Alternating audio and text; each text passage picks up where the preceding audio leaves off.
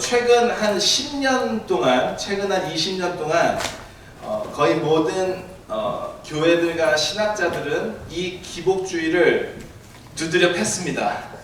잘못된 신학이라고 이야기하고 굉장히 고상한 척을 해왔죠. 물론 하나님께 우리가 터무니없는 것을 요구하는 이상한 분들이 있다는 것을 안타깝게 생각합니다만, 하지만 인간은 하나님의 복이 없이는 살 수 없는 존재들이라는 것입니다. 그렇기 때문에 모든 인간은 어쩔 수 없이 기복주의적이어야 하고요, 하나님께 구해야 하고요, 하나님이 주시는 복으로 살아가야 할 것입니다. 과거에 한국 교회를 이끌고 온 것은 기복주의라는 말을 하신 어떤 사모님의 강의를 들었습니다. 저도 100% 공감합니다. 여러분, 그 힘들고 어려운 대한민국이라는 시대와 세대, 여러분 대한민국이 어딘지 아시죠? 미국 살아가지고 저 약간 좀 대한민국 이야기 좀 그런데 그 한국적 사회 속에서 우리의 뿌리가 거기 있죠. 아이 둘, 아이 셋을 들쳐업고 딱딱한 마룻바닥에서 늘 기도하지 않습니까? 우리 신앙의 선배들은요, 내 자식이 잘 되게 해주세요, 또 내 남편이 잘 되게 해주세요 라고 기도했던 것들, 이것에 누가 우리가 기복주의라고 이야기하며 돌을 던질 수가 있겠습니까? 여러분, 가족 기도만 했겠습니까? 가족 기도로 문을 열면서 또 가족 기도 하다가 30분 지나면 또 이웃 기도도 하고, 이웃 기도도 하다가 또 한 10분 지나면 목사님 기도도 하고, 목사님 기도도 하고, 10분 지나면 장로님 기도도 하고, 그러다가 또 한 10분 지나면 또 나라를 위해서 기도하기도 하고, 북한을 위해서 기도하지 않았겠습니까? 그러니까 기복주의가 기도 내용의 절반을 차지할지라도 또 그 절반 이상은 중보를 위해 기도했기 때문에, 저는 기도는 그 기도는 주님 앞에 잘한 기도이지 않을까. 어떻게 우리가 기복주의를 나쁘다고 말할 수 있을까? 우리는 늘 하나님께 복을 구해야 하고, 복을 받아야 하고, 하나님이 주시는 복으로 살아가야 합니다. 또 하나님은 우리에게 복 주시기를 원하고, 우리의 삶을 진짜 풍성하게 이끌고 나가시기를 원하십니다. 그런 의미로 우리 여기 모인 모든 분들의 삶과 가정과 또 모든 여러분 공동체 안에 하나님의 복이 풍성하게 임하기를 예수님의 이름으로 축원합니다. 여러분, 저는 지금 서론에 이 하나님께 복을 구하는 것은 나쁘지 않고 우리는 반드시 복을 받아야 살 수 있다는 것을 이 앞에서 지금 다루고 있고요. 자, 그렇다면 그 복을 받을 수 있는 영적인 원리가 있어요. 그 복을 받을 수 있는 영적인 원리가 있는데 그 방법을 좀 오늘 소개하기를 원합니다. 베드로전서 5장 6절, 우리가 방금 읽은 말씀입니다. 제가 읽어드릴게요. 그러므로 하나님의 손 아래에서 겸손하라. 때가 되면 너희를 높이시리라. 여러분, 너희를 높이시리라. 이 단어는 위로 세우거나 크게 만들다라는 뜻입니다. 또 원어적으로 더 살펴볼 때 부와 번영의 정점에까지 하나님께서 올리신다라고도 정의하기도 합니다. 즉, 하나님께서 한 개인을 드시는 것, 한 개인을 높이시는 것, 여러분, 이것은 축복을 의미하는 것이라 할 수 있겠죠. 여러분, 짧은 본문이지만 하나님이 어떤 사람을 높이십니까? 어떤 사람에게 축복을 주십니까? 어떤 사람에게 그 조건, 높이시는 조건이 무엇입니까? 그것을 오늘 성경은 겸손이라고 이야기를 하고 있다는 거예요. 여러분, 이것은 거의 원인과 결과처럼 따라오는 그 방정식처럼 하나님을 높이시는 사람, 하나님을 축복하시는 사람, 하나님이 부어주신 사람, 그 공통된 원인은 결국에 그 사람의 겸손에게 달려있다는 것이죠. 항상 겸손이 있다는 거죠. 여러분, 어디 하나님께서 교만한 사람을 막 들어 사용하시는 거 보신 적 계십니까? 하나님께서 막 교만한 사람을 막 엄청나게 높은 자리에 올리시고 하나님의 축복을 부어주시는 적이 있으십니까? 아니에요. 하나님의 축복은 겸손할 때 오는 것입니다. 하나님은 겸손한 자를 기뻐하시고 축복을 내리십니다. 하나님은 겸손한 자를 들어 사용하시고 물질도 내려주십니다. 하나님은 겸손한 자에게 부와 번영의 정점에까지 높이시는 것입니다. 할렐루야. 여러분, 저는 물질적인 부분을 포함해서 겸손한 자가 받는 더 많은 축복을 이 시간에 좀 설명하고 싶어요. 여러분, 겸손한 자가 받는 축복은 또 어떤 것이 있을까요? 첫 번째로, 겸손한 자는 어떤 축복을 받냐면은 기도의 응답을 받습니다. 열왕기하 22장 19절 말씀, 여호와 앞 곧 내 앞에서 겸비하여 옷을 찢고 통곡하였으므로 나도 내 말을 들었노라. 여호와가 말하였느니라. 여러분, 여기서 겸비하다라는 말이 좀 어렵지만 겸손하다라는 뜻입니다. 겸비하여 회개하고 겸비하여 통곡하고 겸손하게 하나님께 기도드리는 것, 그러한 기도에 하나님은 응답하신다라고 이야기하는 것이죠.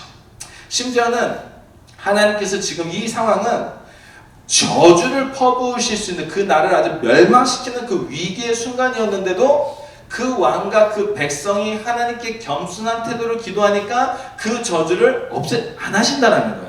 그 저주를 멈추신다라는 거예요. 겸손한 태도를 통해 하나님은 그 어떠한 기도의 응답도 내려주신다라는 거예요. 겸손해야 받는 것이죠. 겸손해야 하나님의 기도를 응답을 받는 것입니다. 여러분, 우리 기도를 많이 하시죠? 많이 하실 겁니다. 근데 여러분, 기도가 하나님 주시옵소서, 주시면 받고 안 주셔도 상관없습니다, 뭐 이런 기도는 좀 아니에요. 하나님, 내가 요거 안 해주면은, 나 이번에 이거 안 해주면 하나님 나는 주님을 떠날 겁니다, 이런 것도 좀 여러분 겸손과는 좀 거리가 멀죠. 건방진 기도처럼 보이지 않습니까?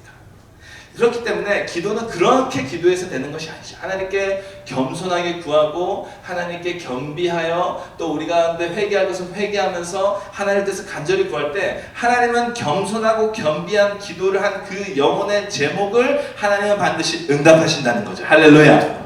두 번째, 겸손은 구원을 얻게 합니다. 역대하 12장 7절에 그들이 스스로 겸비하였으니 내가 멸하지 아니하고 저희를 조금 구원하였다. 여러분, 르호보암 시대에 주변 나라가 쳐들어와서 나라가 완전히 털리게 생겼는데 아주 큰 위기였어요. 이 성경의 본문은요, 배경은요. 근데 그때 동일해 왕과 백성이 하나님께 겸비하여 겸손히 구하기 시작했죠. 그리고 그때 하나님은 그들의 겸비함을 보며 그들의 위기에서 구원을 이루어 주셨다. 하나님은 겸손한 자에게 멸망을 주지 않으십니다. 하나님은 겸손한 자에게 위기 가운데 계속 위기만 겪으라고 위기의 세례를 붓지 않으십니다. 하나님은 겸손한 자에게 탈출구를 주십니다. 하나님은 겸손한 자에게 돌파를 주십니다. 하나님은 겸손한 자에게 구원을 주십니다. 겸손해야 얻을 수 있는 것이 바로 이 구원인 것입니다. 여러분, 하늘이 무너져도 솟아날 구멍이 있다. 여러분, 이게 한국말이죠? 이제는 영어도 못하고 한국말도 모르겠어. 하늘이면 솟아날 구멍이 있다. 호랑이 앞에서도 정신만 바짝 차려도 된다. 여러분, 이러한 말들이 우리 그리스도인에게는 겸손하면 어떤 환경과 어떤 상황에서도 구원을 받을 수 있다, 하나님이 구원을 주신다라는 말로 바꿀 수 있는 거예요. 할렐루야.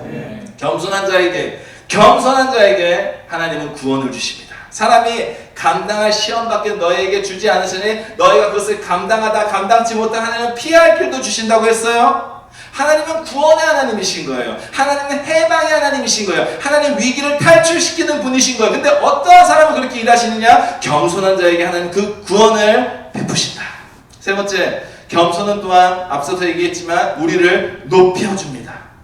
베드로서 5장 1절 아까 이야기했고요. 야고보서 4장 10절에 동일한 말씀이 기록되어 있습니다. 주 앞에서 낮추라. 그리하면 주께서 너희를 높이시리라. 여러분, 주 앞에서 낮추라는 말이 결국에는 겸손하라라는 말이죠. 겸손할 때 주님께서는 너희를 높이실 것이다. 하나님이 높이실 것이다. 여러분, 하나님께서 축복해 주시는 사람은 자기 중심적인 사람이 아닙니다. 자기만 잘났다고 생각하는 사람이 아닙니다. 자기가 중심에 서길 원하는 사람이 아니라 겸손한 사람입니다. 낮추는 사람입니다. 그러한 사람 하나님은 높여주십니다. 또 네 번째, 겸손은 우리를 배부르게 해요. 배부르게. 시편 22장 26절 겸손한 자는 먹고 배부를 것이며 여호와를 찾는 자는 그를 찬송할 것이라. 너희 마음은 영원히 살지어다. 여러분, 먹고 사는 문제에 있어서 하나님은 겸손한 자를 결코 굶게 만드시지 않으십니다. 배부르게 하십니다.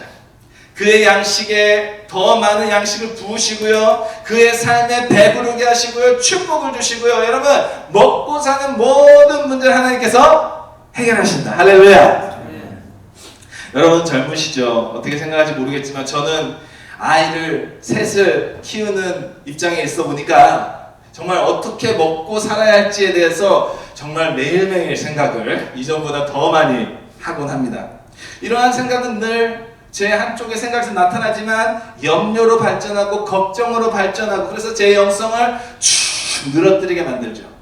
그런데 이럴 때마다 우리의 생각의 싸움에 쓰러져 지칠 게 아니라 겸손해야 된다는 것을 성경은 오늘 이야기하고 있다고 저는 믿습니다. 제가 겸손할 때, 또 우리가 하나님께 겸손할 때 하나님은 겸손한 자를 먹이시고 겸손한 가정을 먹이시고 겸손한 자를 절대 궁핍하지 않게 만드시는 분이라는 것을 여러분 믿으셔야 됩니다.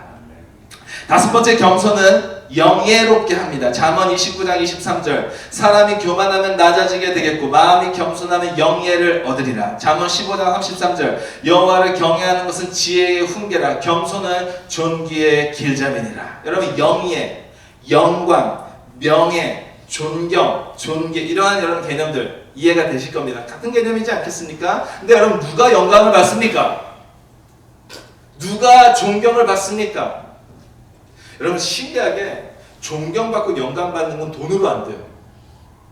그 상대방의 마음을 사야 되는 거예요. 그 사람의 동기부여를 사야 되는, 그 사람에게 영향을 끼쳐야 가능한 거예요. 근데 하나님은 어떠한 사람에게 그러한 영향을 끼칠 수 있게 하느냐면은 자신 앞에 겸손한 자에게, 하나님 앞에서 겸손한 사람에게 영광을 받게 하신다. 존경을 받게 하신다. 참 신기한 거예요. 영광의 주인은 하나님이십니다. 할렐루야. 네. 존귀의 주님도 하나님이십니다. 할렐루야. 네. 그런데 그 하나님께 겸손하게 나아가는 자를 하나님은 그 사람도 존경과 영광을 받게 하신다라는 거예요. 놀라운 일입니다. 마지막 여섯 번째, 겸손은 재물을 얻게 하십니다. 잠언 22장 4절 말씀이에요. 다 같이 읽어보겠습니다. 시작. 겸손과 여호와를 경외함의 보상은 재물과 영광과 생명이니라. 할렐루야. 네. 여러분과 제가 제일 좋아하는 말일 수도 있겠네요. 모든 재물의 주인이신 하나님께서 겸손한 사람에게, 여호와를 경외하는 자에게 그 재물을 주신다.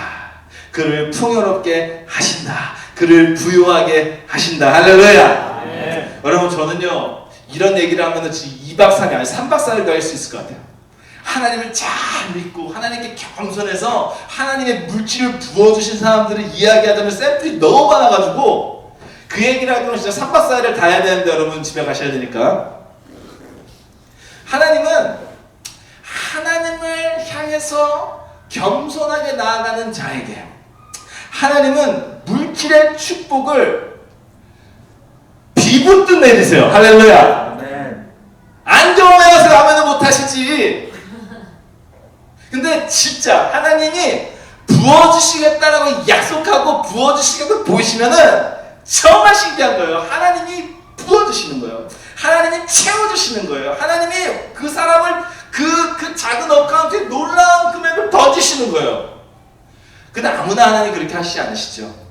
정말 그 하나님의 시험과 하나님의 그 프로세스를 잘 거친 겸손한 자에게 하나님은 그것을 주시더라고요. 그러니까 아직 나는 겸손하지 않나 봐. 아직 여러분도 겸손하지 않나 봐요. 근데 여러분, 이런 예는 너무 많아서 제가 나중에 개인적으로 알려드리겠지만 어떤 사람 알려드리겠지만 저는 이것이 옳다라는 거는 꼭 이 자리에서 이야기를 해드리고 싶어요. 왜냐면은 여러분 요즘에 참 유행하는 신학인데 그것이 무슨 신학이냐면 가난의 신학이에요. 가난의 신학. 한동안은 번영 신학이 문제라고 했는데 요즘에는 가난의 신학이 더 문제예요. 여러분, 절대 성경은 하나님을 믿는 사람으로 하여금 가난하게 살라고 이야기하지 않습니다. 목사들에게, 선지자들에게 똥차 끌고 다니라고 이야기하지 않습니다. 기독교인 거 무조건 남에게 퍼주고 살라고 이야기하지 않습니다. 다 우리가 만들어낸 사상적인 사조이고 사상적인 신앙이고 가난의 신앙에 물들어 있는 것입니다. 성경을 정확히 보셔야 합니다, 여러분. 성경은 하나님의 자녀로 하여금 부와 재물과 영광을 가지라고 이야기하고 있어요. 하나님의 자녀들에게 부와 재물을 누리는 것을 담당하라고 이야기하고 있어요. 하나님께서 그 사람의 모든 것을 주시며 생육하고 번성한 땅을 정복한 땅을 다 쓰라고 하고 있어요. 능력을 줘야 뭔가를 줘야 그걸 할 수 있는 거 아니에요? 하나님은 그렇게 우리를 쓰신다는 거예요. 단 그 방법이 세상적이면 안 되겠죠. 그 방법이 하나님이 원하시는 방법이라겠죠. 그 방법 무엇이냐? 겸손이다라는 것이죠. 겸손을 통해 하나님이 주시는 그 재물을 받는 수많은 사람들이 있습니다. 겸손을 통해 하나님이 주시는 물질적 축복을 받는 수많은 선배들이 있습니다. 겸손을 통해 하나님이 주시는 풍성함을 그러므로 여러분과 저도 받아야 되는 것입니다. 할렐루야. 네. 여러분 성경에 나온 이야기로 막 우리는 재물에 대해서 부정적으로 생각하는데 여러분 부자 청년이 성경에 나옵니다. 어떻게 해야 내가 무엇을 해야 영생을 얻을 수 있습니까? 라고 물어봤어요. 그때 예수님이 네가 가진 거 다 팔아서 오면 그때 영생을 줄 수 있다고 그 근심하며 떠났다고 했죠. 그 사건을 보면서 돈은 다 나쁜 거라고 생각하는데 그게 아닌 거예요. 여러분 부자 청년이 접근했던 방식은 영생의 측면이었어요. 영생의 측면이었어요. 영생은 행동으로 되는 게 아니에요. 자기가 다 계명을 지켰다고 얘기했어요. 10계명을 다 지켰다고 얘기했어요. 근데 네가 한 가지 부족한 것이 네 물질을 팔고 갖고 올 수 있느냐 했을 때 그때 두려웠다며 갔다고 했어요. 사람의 행동으로 영생이 된다는 게 아니에요. 사람의 행동으로 구원이 된다는 게 아니에요. 그가 그 가난에 자기의 재산을 다 팔고 왔어. 그에게는 그 영생이 오지 않아요. 왜? 영생은 자신의 행동으로 내는 것이 아니라 하나님의 은혜로 내는 것을 가르쳐주고 있는 내용인 거예요. 여러분 포도 품꾼 이야기가 있습니다. 3시에 와서 일한 사람, 6시에 와서 일한 사람, 9시에 와서 일한 사람, 12시에서 와서 일한 사람. 근데 주인은 3시나 6시나 9시나 12시나 다 동일한 돈을 주죠. 사람들은 따집니다. 어떻게 내가 더 일했는데 어떻게 내가 했는데. 여러분 그것을 보면서 사람들은 모든 사람들은 공통적으로 월급을 받아야 합니다. 모든 사람들은 공통적으로 삶을 누려. 그게 아닌 거예요. 여기서 강조하고 있는 것은 받은 사람들이 강조한 게 아니라 하나님의 주권을 강조하고 있는 거예요. 하나님이 3시에 왔거나 6시에 왔거나 9시에 왔거나 12시에 왔거나 모태신앙이거나 10살 때 믿었거나 20살 때 믿었거나 죽을 때 믿었거나 믿음이 하나님 다 천국을 데리고 간다는 하나님의 주권을 이야기하고 있는 거라고요. 여러분 물질에 대해서만 이야기합시다. 물질에 대해서만 이야기합시다. 여러분 가난의 신학이 우리가 익숙해서는 안 되는 거예요. 여러분 저는 가난의 신학이 싫어요. 가난을 싫어요. 가난은 떠나갈지어다. 가난이 싫어. 오지 말지어다. 청비 내야 된다. 청비 내야. 그러면 청부하면 안 됩니까? 가난하게 깨끗하게 살아야만 하나님 믿는 사람이요? 깨끗하게 잘 살면 안 돼요? 깨끗하게 부하게 살면 안 되냐고요. 가난의 신학이 한국교회에 만연하게 퍼져 있는데 예수님을 봐라. 마구간에서 태어나지 않았느냐, 아무것도 남기지 않고 십자가에 달려 죽지 않았느냐. 그러니까 우리도 그렇게 살아야 될 이야기하는 참 많은데 여러분 제가 성경 한 절만 보여드리고 싶어요. 고린도서 8장 9절입니다.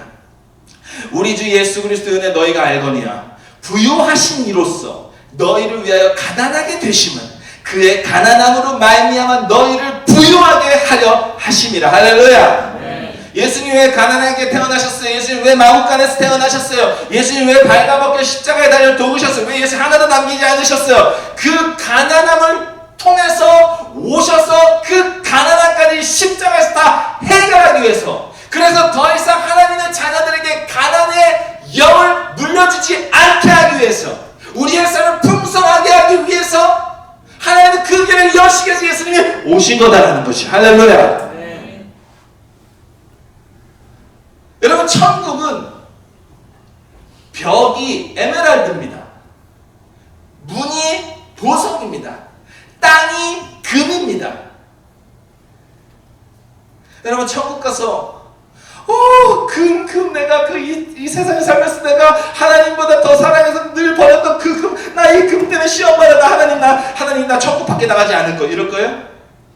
하나님 나는 보석보다 주님을 더 사랑해. 나는 이 집에 있지 않을 거예요. 이럴 거예요? 어디 갈 거예요 그러면 천국에서? 천국은 다 그런데.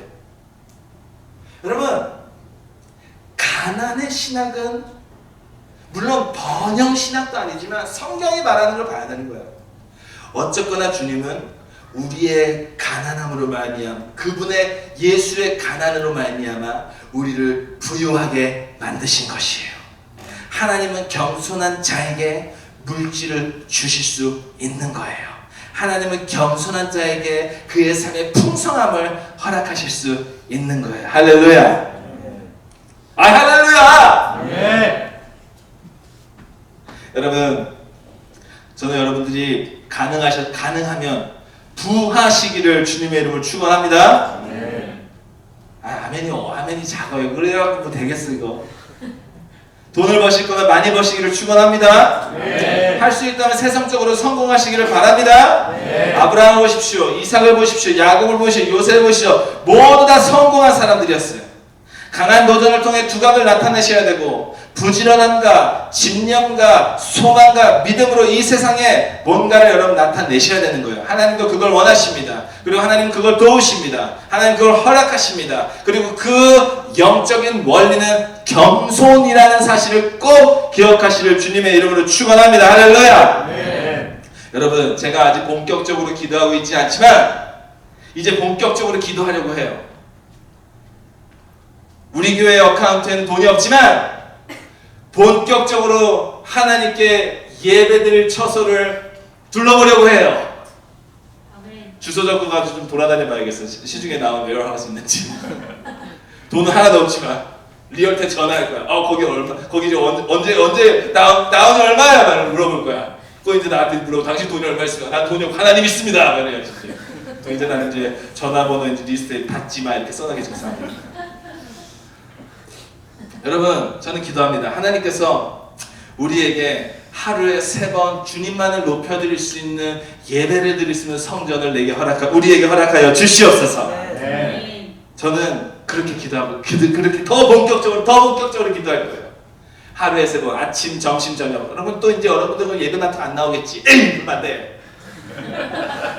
그렇게 하나님께 주셨으면 책임감 걸고 적어도 이 설교를 들으신 분들은 다 나오셔야 돼. 아침, 점심, 저녁. 모두 다 교회 주변에 여러분 이사해야 될 수도 있습니다. 여기 다 값이 비싸요. 렌트 있어요. 알아서 하십시오. 근데 여러분, 어떻게 하나님께서 우리에게 성전을 허락해 주실까요? 모르는 사람의 신기한 헌신으로? 저는 그걸 원하지 않습니다. 얼굴도 모르는 사람이 얼굴 한 번 본 사람이 갑자기 뉴처치에 예배를 보면서 갑자기 막 헌금을 하는 이러한 헌신을 하라고 저는 그것을 원하지 않습니다. 저는 그 모든 것이 여기 있는 저와 여러분을 통해 감당이 되기를 축원합니다. 그러려면 하나님의 물질을 받으셔야 되는 거죠. 하나님의 은혜, 하나님의 그 축복을 받으셔야 되는 거죠. 우리를 통해서 이루어질 것입니다. 우리를 통해서 만들어질 것입니다. 하나님이 부으시고 또 헌신을 통해서 하나님의 교회가 세워질 것입니다. 누가 우리한테 모르는 사람 체크를 보내도 나는 그것을 받겠죠. 그러나 좋아하겠죠. 그러나 그거보다 더 좋은 것은 여러분들이 더 하나님의 물질을 받음으로써 여러분들의 삶에 하나님의 더 축복을 주심으로써 이 교회가 세워지는 것, 하루에 3번 기도하는 그 일이 세워지는 것 가능하다고 저는 믿습니다. 할렐루야. 여러분, 겸손을 통해 오는 복에 대해서 알아봤어요. 6가지죠. 기도 응답을 받습니다. 구원을 얻습니다. 높여주심을 받습니다. 배가 부르게 됩니다. 영광과 존귀를 이룹니다. 재물을 얻게 됩니다. 여러분, 이외에도 많습니다. 그러나 이 6가지를 제가 오늘 소개했습니다. 겸손할 때, 겸손을 통과한 사람에게 하나님은 이러한 축복을, 이러한 은혜를 주십니다. 할렐루야. 여러분 원하십니까? 하나님께서 그 은혜와 그 축복을 우리 뉴처치 이 말씀을 듣는 모든 자들에게 주시기를 예수님의 이름으로 기도합니다. 할렐루야. 자, 그러면은 우리가 그것을 받을 거예요. 그걸 하나님 주실 거야. 자, 그럼 이제 좀 더 겸손에 대해서 더 연구해야 돼요. 자, 겸손을 통해 이 6가지 축복을 받아요. 기도 응답을 받고, 구원을 받고, 물질을 받고, 영광을 받고, 배가 부르고, 또 하나 뭐죠? 높여주심을 당해요. 그렇죠? 자, 그럼 이렇게 축복을 받는다. 그렇다면 겸손할 때 이게 이루어진다. 그럼 과연 겸손은 무엇인가? 여러분, 여기까지 듣고 가셔야 돼요. 여러분, 겸손이 무엇인지를 소개하겠습니다. 첫 번째, 겸손이란 여호와의 규례를 지키는 것입니다. 할렐루야. 스바냐 2장 3절, 여호와의 규례를 지키는 세상의 모든 겸손한 자들아. 여호와의 규례를 지키는 세상의 모든 겸손한 자들아. 여러분, 겸손은 무엇인가? 여호와의 규례를 지키는 것이다. 하나님의 말씀을 지키는 것이다. 하나님의 말씀을 지키고 하나님의 음성을 따르고, 그것이 진정한 겸손이다. 여러분, 제가 금요일도 그렇고 개인적으로 만날 때도 그렇고 여러 차례 이야기하지만, 여러분, 이 세상에 유일한 진리가 하나 있습니다. 그것은 무엇인가? 바로 예수님이 이 세상의 유일한 진리이십니다. 내가 곧 길이요 진리요 생명이라고 주님이 이야기하셨습니다.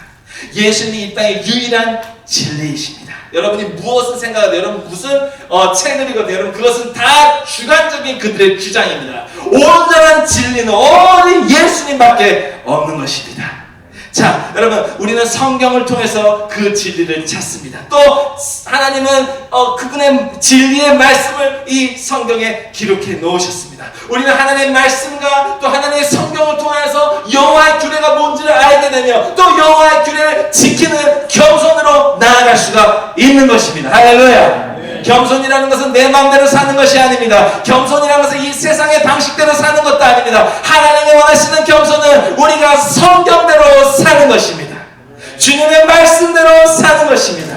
그 성경과 그 말씀을 잘 이해하고 잘 적용하여 해석하며 사는 것이, 이것이 겸손이에요. 할렐루야. 그럼 말씀을 읽다 보면 부딪히는 부분이 있죠.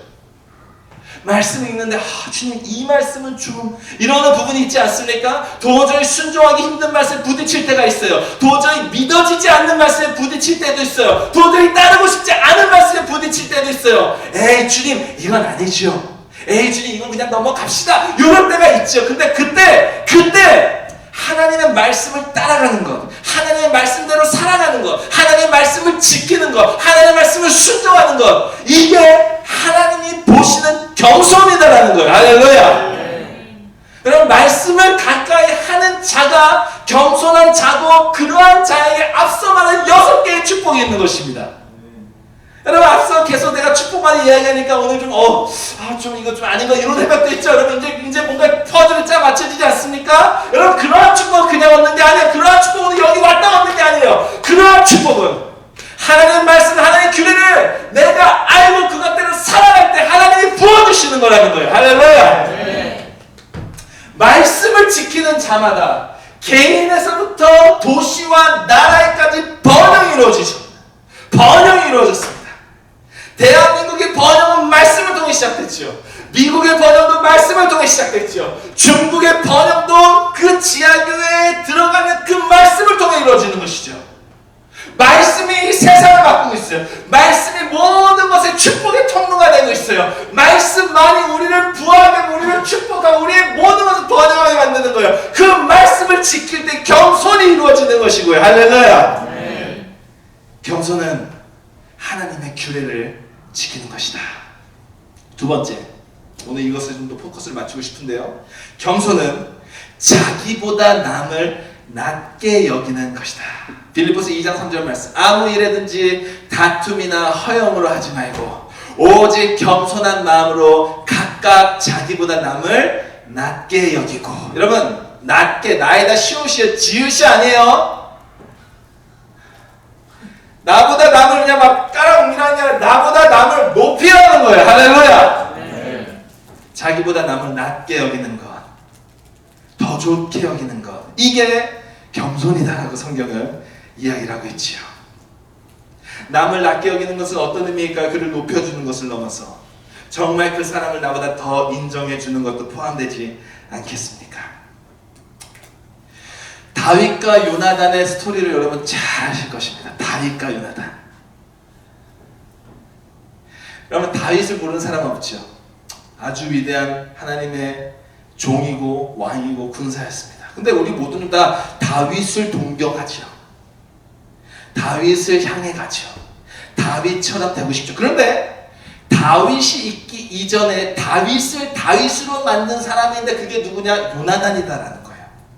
요나단이 없었으면 다윗은 없어요. 요나단이 없었으면 다윗은 지금의 다윗이 될 수 없어요. 요나단은 더 다윗보다 위대해요. 요나단은 하나님의 뜻을 알았던 사람입니다. 그래서 그의 아버지 사울은 왕이었어요. 그가 이스라엘 통치하고 있었어요. 이 나라가 요나단의 나라가 될 수 있었지만 요나단은 알았죠. 왜? 하나님은 이 나라를 사울에게서 다윗에게 준다라는 것을 요나단은 알았다라는 거예요. 여러분 보통 사람 같으면 어떻게 하겠습니까? 그걸 아는 순간 다윗을 죽이지 않겠습니까? 처단하지 않겠습니까? 이제 아버지부터 물론 이 왕이가 저 목도한테 뺏기게 생겼는데 그걸 가만히 놔두겠습니까? 그러나 요나단은 하나님의 뜻과 하나님의 계획을 알고 순종하며 다윗을 자기 생명처럼 사랑했어요. 할렐루야. 요나단이 다윗을 자기 생명처럼 사랑했기 때문에 지금의 다윗이 생긴 것입니다. 지금의 다윗이 생긴 것입니다. 자기보다 남을 요나단 자신보다 남인 다윗을 더 낮게 여긴 것입니다. 그 결과 다윗이 나온 거죠. 성경에 여러 인물들이 있어요. 바나바에 대해서 소개하고 싶어요. 여러분, 예수님을 핍박하던 사울, 예수 믿는 사람들을 모두 다 감옥 집어넣던 교회를 쳐부셨던 바울이 다메섹 도상에서 하나님을 만나고 엔카운터 돼서 예수님을 믿게 되었는데 그 바울이 교회에 입장하자마자 모든 사도들은 그 바울을 믿지 않았습니다. 왜? 이건 위장이다. 간첩이다. 예수 믿는 사람들의 그 뿌리까지 다 쏟아버리려는 바울의 계략이다. 우리 속지 말자. 우리 멀리하자. 우리 조심하자. 그런데 그때 바울 옆에서 이 바울의 회심은 진짜 회심이었고 이 바울의 변화는 진짜 변화라고 옆에서 변호하고 보증서고 주장했던 한 친구가 있는데 그게 누구냐? 바나바였어요. 바울이 예루살렘 교회에 들어올 수 있었던 이유는 바나바가 옆에 있었기 때문입니다. 바나바를 통해서 바울은 교회를 배웠어요. 바나바를 통해서 바울은 선교를 배웠어요. 바나바를 통해서 바울은 더 성경의 가르침을 배웠어요. 바나바를 통해서 바울은 섬김을 배웠어요. 바나바를 통해서 바울은 사랑을 배웠어요. 할렐루야. 네. 바나바가 없었으면 바울은 없었습니다. 여러분, 오늘날 수많은 사람들이 다윗만 보지요.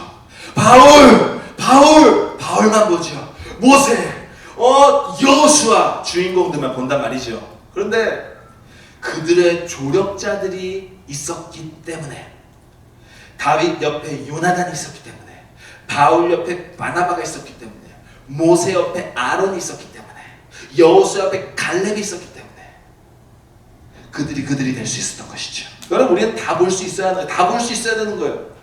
다윗만 보는 게 아니라 요나단도 볼 수 있어야 되는 거예요. 주인공만 보는 게 아니라 그들을 이끈 조력자들도 봐야 되는 거예요. 할렐루야. 네. 우리에겐 다윗의 기름 부으심도 필요합니다. 요나단의 기름 부으심도 필요해요. 오히려 그들을 도와준 자들의 기름 부으심이 우리에겐 더 필요하다고 저는 생각을 합니다. 그게 더 귀한 겸손이기 때문이죠. 여러분, 마태복음 20장 22에서 23절 말씀. 그때 세베대 아들의 어머니가 그 아들들을 데리고 예수께 와서 절하며 무엇을 구하는데 21절. 예수께서 이르시되 무엇을 원하냐 이르되 나의 두 아들을 주의 나라에서 하나는 주의 우편 하나는 주의 좌편에 앉게 하여 주시옵소서. 22절. 예수께서 대답하여 이르시되 너희가 구하는 것을 알지 못한 내가 마시려는 잔을 너희가 마실 수 있겠느냐. 예수님이 신약시대에 십자가에 달리기 전에 점점 이 제자들의 그룹은 정치적으로 변해갔습니다. 누가 넘버 2지? 누가 넘버 3지? 누가 오른팔이야? 누가 왼팔이야? 베드로지? 아니야 야고보야? 아니야 유다야? 돈을 갖고 있잖아. 막 이러면서 서로 알교하는 그 찰나에 치맛바람이 등장한 거. 누구? 헤베대 아들의 어머니. 치맛바람 무섭습니다. 치맛바람 딱 등장해서 예수님한테 1대1로 앉아서 얘기하죠. 예수님! 내 세베대 아들들 잘하죠? 너무 잘해. 그러면 주님, 내 아들들을 넘버 2, 넘버 3 시켜주세요. 영의정, 좌의정 시켜주세요. 오른팔, 왼팔 만들어주세요. 그때 주님이 했던 말이 이거예요. 내 잔을 너희가 과연 마실 수 있겠느냐. 23절.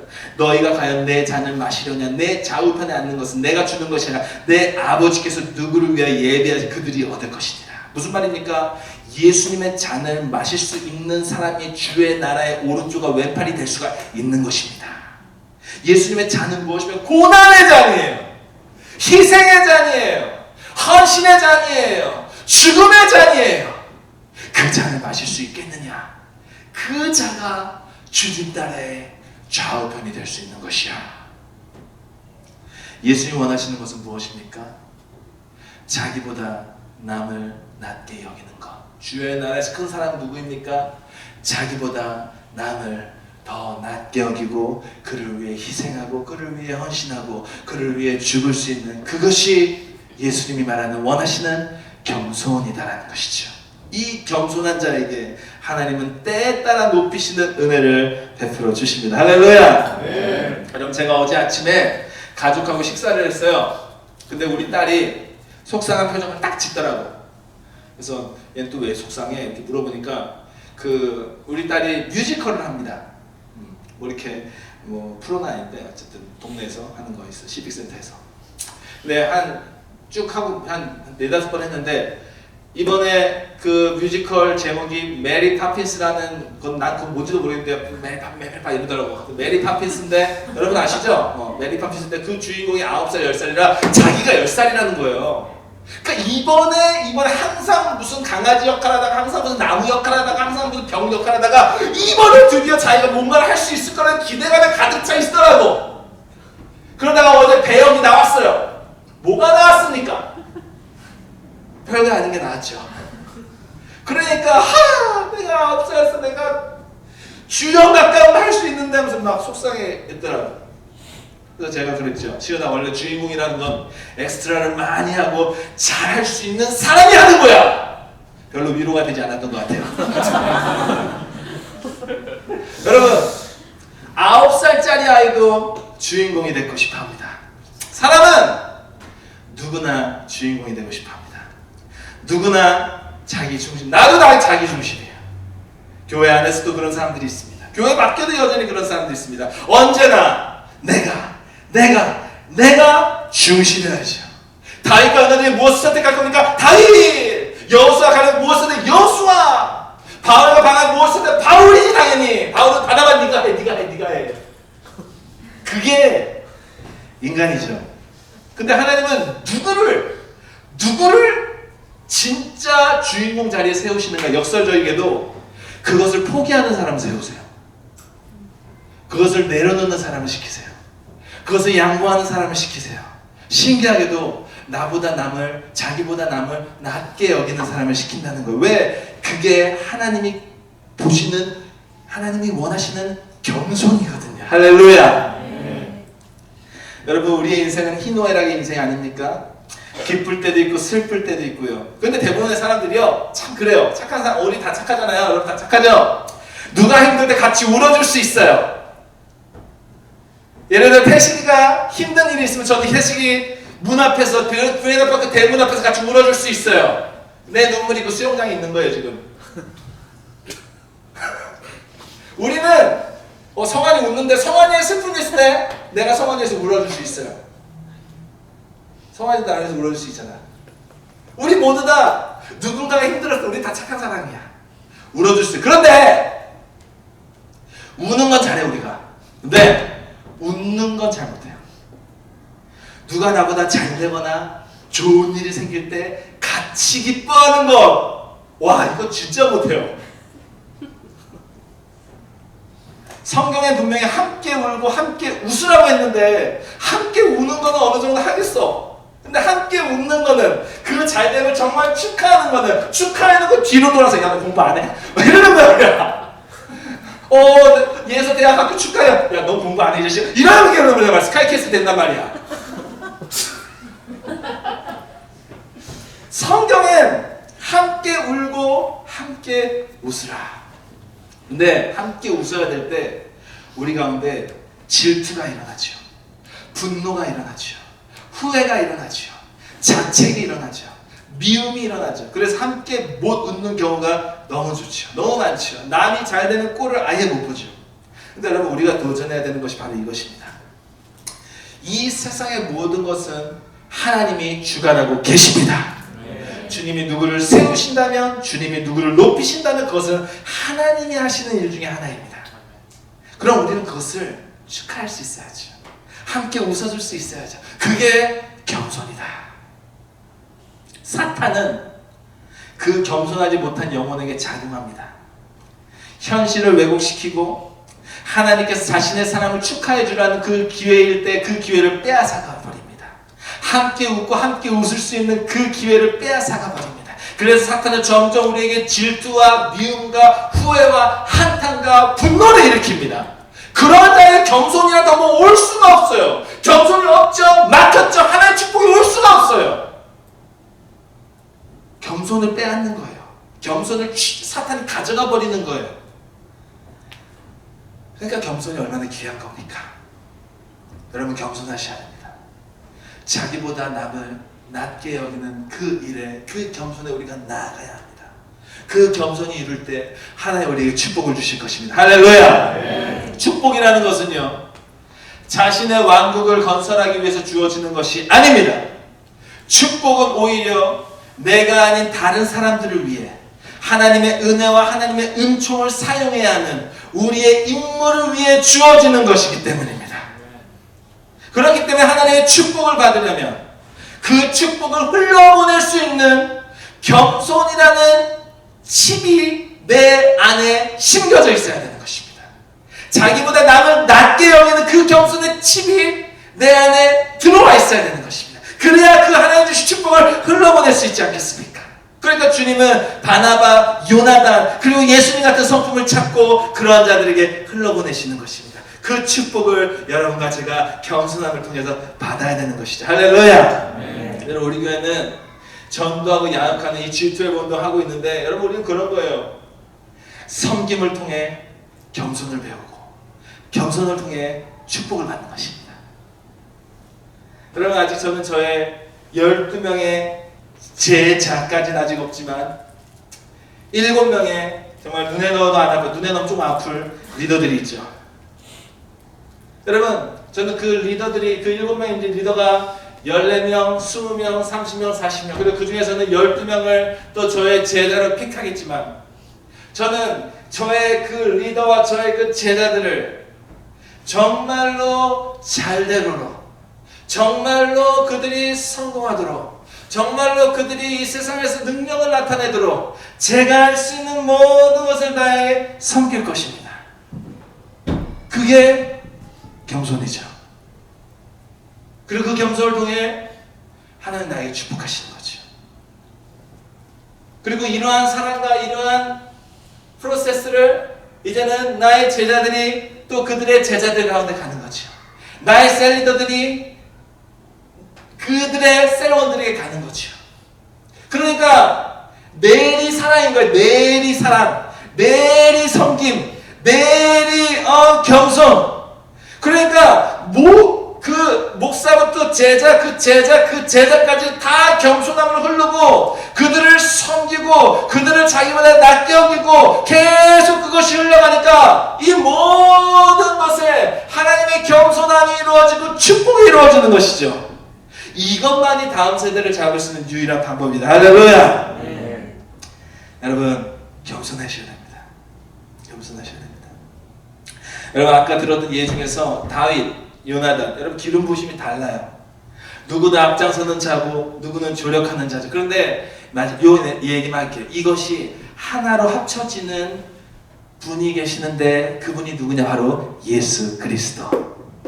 여러분, 요한복음 13장 4절에서 5절 말씀에 저녁 잡수시던 자리에서 일어나 겉옷을 벗고 수건을 가져다가 허리에 두르시고 이에 대야에 물을 떠서 제자들의 발을 씻기려고 그 두르신 수건으로 닦기를 시작하더라. 예수 유월절 전날 잡히시기 전날에 예수님께서 그 죽음 앞에서 자신의 12제자들을 앉혀놓고 그들의 발을 벗며 그들의 발을 한 명 한 명을 그 발을 씻기 시작하셨어요.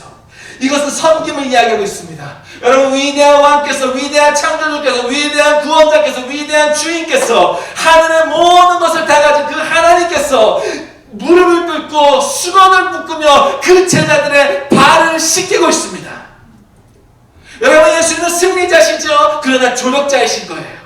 예수님은 그 모든 것에 사역적인 사람이시죠. 근데 또한 조력자이신 거예요. 예수님은 다윗의 영성으로 모든 것을 일으키고 기적을 일으키고 십자가를 이루지만 또한 섬기는 자였던 거예요. 그리고 그 두 기름 부심이 예수님으로 해서 모아지고 그 예수님의 섬김을 통해 제자들이 또한 세워지는 거죠. 초대교회를 휩쓸고 다니는 거예요. 초대교회를 만들고 다니는 거예요. 이 땅에 복음을 전파하고 다니는 거예요.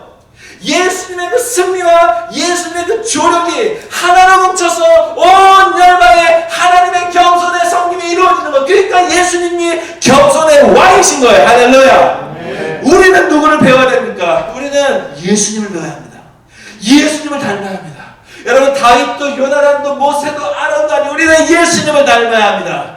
정말로 그 다윗 같은 기름 부으심과 정말로 그 요나단 같은 기름 부으심을 한데 갖고 계시는 그 예수님을 닮으며 먼저 우리를 섬기며 먼저 우리를 겸손하게 누군가를 나아가 하나님의 축복과 하나님의 기름 부으심 받는 능력 있는 전사로 나아가야 되는 것입니다. 할렐루야. 그 주님을 닮기를 주님의 이름으로 축원합니다. 말씀을 맺겠습니다. 여러분, 우리는 이 시간에 겸손에 대해서 배웠어요. 물론 쉬운 일은 아닙니다. 죄성에 물든 인간이 스스로 갈 수 있는, 자동적으로 취할 수 있는 것은 겸손이 아닙니다. 겸손은 어렵습니다. 겸손은 쉬운 게 아닙니다. 그런데 여러분, 우리 이걸 믿어야 돼요. 예수님께서 그 당신의 겸손을 이미 십자가에서 이루어 주셨습니다. 여러분, 누가복음 15장에 탕자 이야기가 나오죠. 둘째 아들이 세상에 나가서 허랑방탕의 모든 것을 탕진하고 돌아왔을 때 아버지는 그 아들이 너무나 기뻐가지고 그 둘째 아들을 위해서 잔치를 베푸셨어요. 근데 큰아들이 나타나서 아버지에게 따집니다. 아버지, 그 재산을 탕진한 그 둘째 아들이 돌아왔는데 혼을 낼지 않을지만 망정 왜 그를 위해 잔치를 베푸십니까? 아버지는 나를 위해 송아지 새끼 한 마리 잡은 적 있으십니까? 아버지는 한 번도 말씀 안 부린 나를 위해 어떤 축하 한 번 전해준 적이 계십니까? 왜 아버지는 저 나쁜 저 둘째 아들이 돌아온 거에 뭐 그렇게 기뻐하십니까? 섬기려는 마음이 없었어요. 근데 그때 아버지께서 그 큰아들에게 이렇게 이야기하십니다. 얘야, 나의 것은 이미 다 너에게 있다. 나의 것은 이미 다 너에게 있지 않느냐.